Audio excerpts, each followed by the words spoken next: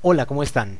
Bienvenidos a una nueva clase de física. Hoy veremos dos conceptos, el de presión y presión atmosférica. Para ello, debemos realizarnos las siguientes dos preguntas. ¿Qué pasaría si presionamos un globo contra varios chinches y luego presionamos un globo contra un solo chinche? ¿Qué pasaría? Y la segunda es, ¿cuáles son los efectos del peso del aire? ¿Se han preguntado eso? Bueno, para ello vamos a hacer el siguiente experimento dando respuesta a la primera pregunta. Colocamos varios chinches y lo que hacemos es tomar un globo y presionarlo. ¿Ustedes qué piensan que pasaría? Bueno, ahora vamos a tomar un solo chinche y ese mismo globo le vamos a hacer la misma fuerza. ¿Qué pasaría? ¿Se estalla con todos los chinches o se estalla con un solo chinche o no se estalla ninguno?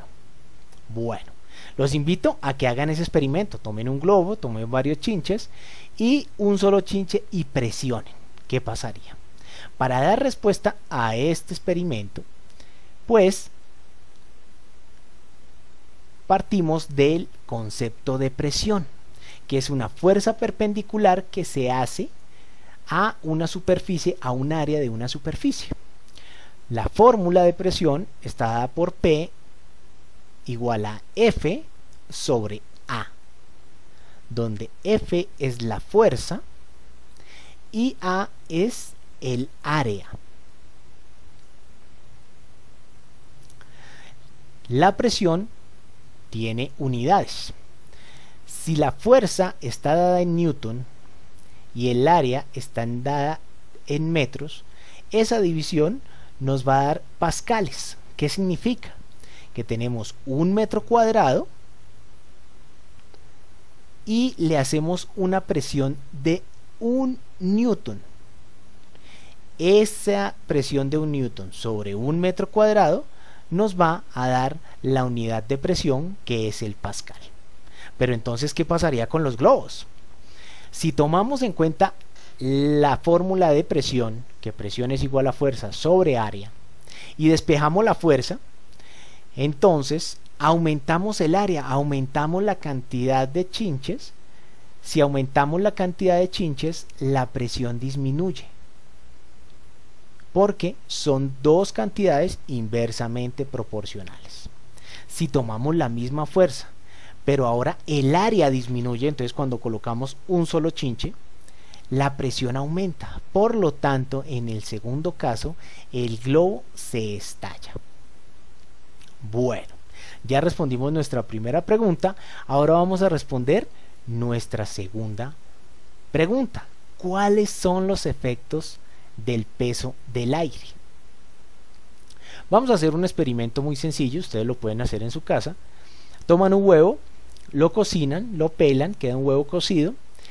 Tienen que tener un frasco en donde el huevo pueda sostenerse en la boca del frasco.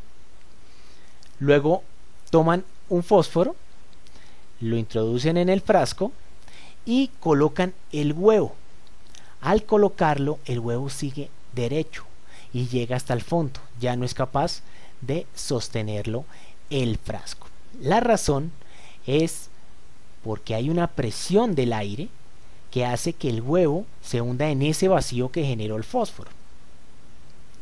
Este término de presión es la presión atmosférica, que se define como la capa de aire que hay que rodea la superficie del planeta, y esa fuerza que ejerce ese aire es llamada presión atmosférica. Es una de las consecuencias del peso del aire.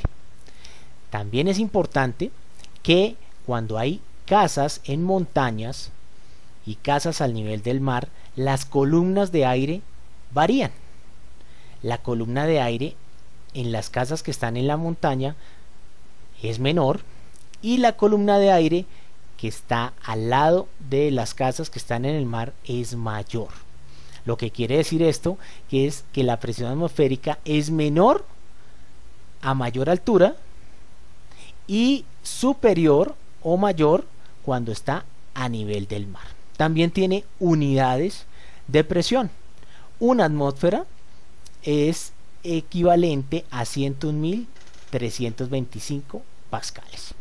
Bueno, estos dos conceptos, sumado al concepto de proporcionalidad, nos permite resolver una pregunta saber 11.